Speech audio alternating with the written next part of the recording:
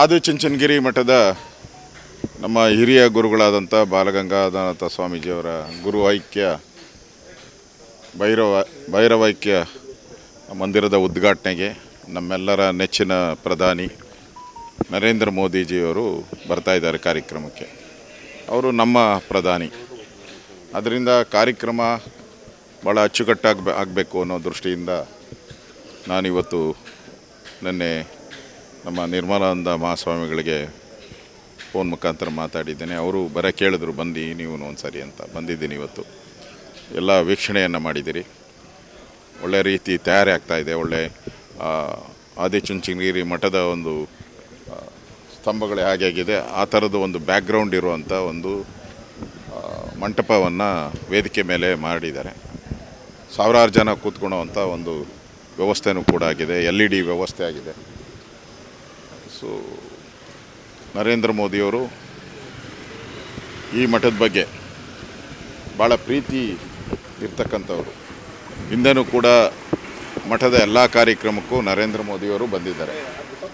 ಆ ದೃಷ್ಟಿಯಿಂದ ಈ ಕಾರ್ಯಕ್ರಮ ಯಶಸ್ವಿ ಆಗಬೇಕು ಅನ್ನೋ ದೃಷ್ಟಿಯಿಂದ ಈ ತಯಾರಿಯನ್ನು ನೋಡೋದಕ್ಕೆ, ತಯಾರಿಯಲ್ಲಿ ಏನೇನು ವ್ಯವಸ್ಥೆಗಳಾಗಿದೆ ಇವೆಲ್ಲವನ್ನು ಪರಮ ಪೂಜ್ಯ ಸ್ವಾಮೀಜಿಯವ್ರ ಜೊತೆ, ನಮ್ಮ ಚಿಕ್ಕ ಸ್ವಾಮೀಜಿಯವ್ರ ಜೊತೆನೂ ಕೂಡ ಗುರು ಭೈರವ ಮಂದಿರಕ್ಕೂ ಭೇಟಿ ಮಾಡಿದ್ದೀನಿ ನಾನು. ಅಲ್ಲೂ ಭೇಟಿ ಮಾಡಿ ನಮ್ಮ ಪೂಜ್ಯ ಗುರುಗಳ ಸಮಾಧಿ ಏನಿದೆ ಅದು ಕೂಡ ಭಾಳ ಒಳ್ಳೆ ರೀತಿ ವಿನ್ಯಾಸ ಮಾಡಿದ್ದಾರೆ, ಒಳ್ಳೆ ರೀತಿ ಬಂದಿದೆ.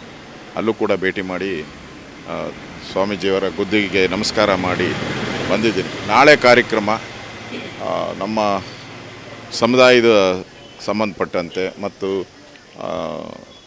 ಆದಿಚುಂಚನಗಿರಿ ಮಠಕ್ಕೆ ಸಂಬಂಧಪಟ್ಟಂತೆ ಒಂದು ದೊಡ್ಡ ಕಾರ್ಯಕ್ರಮ, ಇದು ಯಶಸ್ವಿ ಆಗಬೇಕು. ಆ ದೃಷ್ಟಿಯಿಂದ ನಾನು ತಯಾರಿಯನ್ನು ನೋಡೋ ದೃಷ್ಟಿಯಿಂದ ಬಂದಿದ್ದೀನಿ. ನಾನು ಕೂಡ ನಾಳೆ ವೇದಿಕೆ ಮೇಲೆ ನಾನು ಕೂಡ ಅವಕಾಶ ಮಾಡಿಕೊಟ್ಟಿದ್ದಾರೆ. ಮಠದಿಂದ ನನಗೆ ಸ್ವಾಮೀಜಿಯವರು ಅವಕಾಶ ಮಾಡಿಕೊಟ್ಟಿದ್ದಾರೆ. ಪ್ರಧಾನಮಂತ್ರಿ ಕಾಲಯಲ್ಲಿದ್ದನೂ ಕೂಡ ನಮಗೆ ಅವಕಾಶ ಮಾಡಿಕೊಟ್ಟಿದ್ದಾರೆ. ನಾನು ಕೂಡ ವೇದಿಕೆ ಮೇಲೆ ಇರ್ತೀನಿ. ಕಾರ್ಯಕ್ರಮ ಯಶಸ್ವಿ ಆಗಬೇಕು. ಅದಕ್ಕೋಸ್ಕರ ಎಲ್ಲರೂ ಕೂಡ ಯಾರ್ಯಾರು ಮಠದ ಅಭಿಮಾನಿಗಳಿದ್ದಾರೆ ಅವರೆಲ್ಲರೂ ಕೂಡ ಈ ಕಾರ್ಯಕ್ರಮಕ್ಕೆ ಬಂದು ಪೂಜ್ಯ ನಮ್ಮ ದೊಡ್ಡ ಸ್ವಾಮೀಜಿಯವರ ಆಶೀರ್ವಾದ ಪಡಿಬೇಕು ಅನ್ನೋ ಮನವಿಯನ್ನು ಕೂಡ ನಾನು ರಾಜ್ಯದ ಮೂಲೆ ಮೂಲೆಗಳಿರ್ತಕ್ಕಂಥ ಆದಿಚುಂಚನಗಿರಿ ಮಠದ ಭಕ್ತರಿಗೆ ವಿನಂತಿಯನ್ನು ಮಾಡ್ತೀನಿ.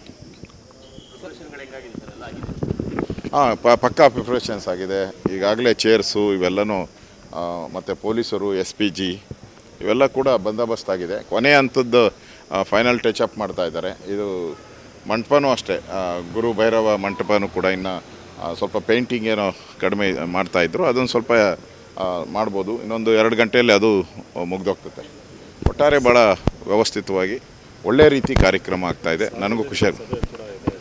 ಸಾರ್ವಜನಿಕ ದೊಡ್ಡ ಸಭೆ ಇದೆ. ಫಸ್ಟು ಅವರು ಬಂದು ಭೈರವನ ಪೂಜೆಯನ್ನು ಮುಗಿಸ್ತಾರೆ. ಆ ಭೈರವನ ಪೂಜೆ ಆದಮೇಲೆ ಗುರು ಭೈರವೈಕ್ಯ ಮಂದಿರದ ಉದ್ಘಾಟನೆಯನ್ನು ಮಾಡ್ತಾರೆ. ಅದಾದಮೇಲೆ ಅವರು ಸಾರ್ವಜನಿಕ ಸಭೆಗೆ ವೇದಿಕೆಗೆ ಬರ್ತಾರೆ. ಇಷ್ಟು ಕಾರ್ಯಕ್ರಮ ಇರ್ತಕ್ಕಂಥದ್ದು. ನಿರ್ಭೀತ, ನಿಷ್ಪಕ್ಷಪಾತ, ವಿಶ್ವಾಸಾರ್ಹ ಸುದ್ದಿಗಳಿಗೆ ಮತ್ತೊಂದು ಹೆಸರಾಗಿರುವಂತ News18 ಕನ್ನಡ ಈಗ ಆಪ್ನಲ್ಲೂ ಲಭ್ಯವಿದೆ. ದಯವಿಟ್ಟು ಇಲ್ಲಿರುವಂತ QR ಕೋಡ್ ಸ್ಕ್ಯಾನ್ ಮಾಡಿಕೊಂಡು ಆಪ್ ಡೌನ್ಲೋಡ್ ಮಾಡೋದಕ್ಕೆ ಮರಿಬೇಡಿ.